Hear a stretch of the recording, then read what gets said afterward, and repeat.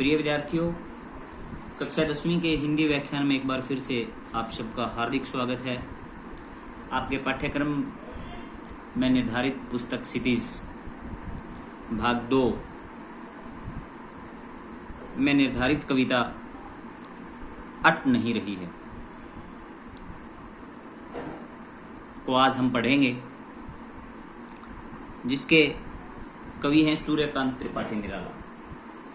बहुत ही महान साहित्यकार हैं हिंदी साहित्य के सूर्यकांत त्रिपाठी निराला। अट नहीं रही है कविता में आज उन्होंने फागुन मास, फागुन का जो महीना होता है, अर्थात अगर हम आधुनिक वर्ष की बात करें तो फरवरी और मार्च के मध्य का जो समय है उसे फागुन का महीना कहा जाता है। फागुन का महीना जो है वो कितना सुंदर होता है। यहाँ पर सूर्यकांत त्रिपाठी निराला जी के द्वारा फागुन मास की सुंदरता का वर्णन किया गया है। फागुन मास का मानवीकरण किया गया है कि किस प्रकार से फागुन का जो महीना है, उस महीने के आने पर, फागुन का समय आने पर किस प्रकार से प्रकृति में एक नई चहक आ जाती है, किस प्रकार से प्रकृति प्रफुल्लित हो जाती है, किस प्रकार से पेड़ पौधों में नए पत्ते आने शुरू हो जाते हैं और एक नए जीवन का संचार शुरू हो जाता है।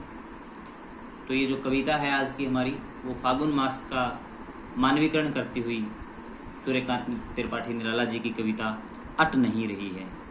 इस कविता में अट, सट और पट, ये तीन ऐसे समानार्थ लगभग जो है ध्वनि समानार्थक शब्द हैं जिनका अर्थ बराबर है, यानी एक ही है। अट, सट और पट का यहाँ पर अर्थ है ना समाना, बहुत अधिक होना, समाना ना। तो पढ़ेंगे हम, अट नहीं रही है अर्थात समा नहीं रही है। क्या समा नहीं रही है? सुंदरता नहीं समा रही है, कि जो फागुन मास है उसकी सुंदरता बहुत ज्यादा है। तो यहाँ कवि कहता है अट नहीं रही है आभा फागुन की तन। अट नहीं रही अर्थात समा नहीं रही है। आभा मीन्स सुंदरता, फागुन की तन, तन वैसे होता है शरीर, कि फागुन मास के तन की जो सुंदरता है वो समा नहीं रही है, बहुत ज्यादा सुंदर है। सट नहीं रही है अर्थात समा नहीं रही है कि वो बहुत ज्यादा सुंदर है और उसके आने पर जो मौसम है वो बहुत ज्यादा सुहावना हो जाता है और प्रकृति में नया संचार हो जाता है, एक नई सुंदरता प्रकृति के अंदर भर जाती है। कहीं सांस लेते हो घर घर भर देते हो, यहाँ मानवीकरण किया गया है फागुन मास का, कि कहीं सांस लेते हो। कवि कहता है कि जब फागुन का महीना जब सांस लेता है, घर घर भर देते हो, कि हर घर को भर देते हो। किस चीज से? उड़ने को नभ में तुम पर कर देते हो। कहीं सांस लेते हो, कि जब तुम सांस लेते हो तो एक सुगंध आती है, घर भर देते हो और उस सुगंध से सभी घर भर जाते हैं। फागुन मास के सांस लेने से जो सुगंध छूटती है। उड़ने को नभ में तुम, उड़ने को मीन्स उड़ने के लिए, नभ में मीन्स आकाश में, तुम पर यानी पर, पंख कर देते हो।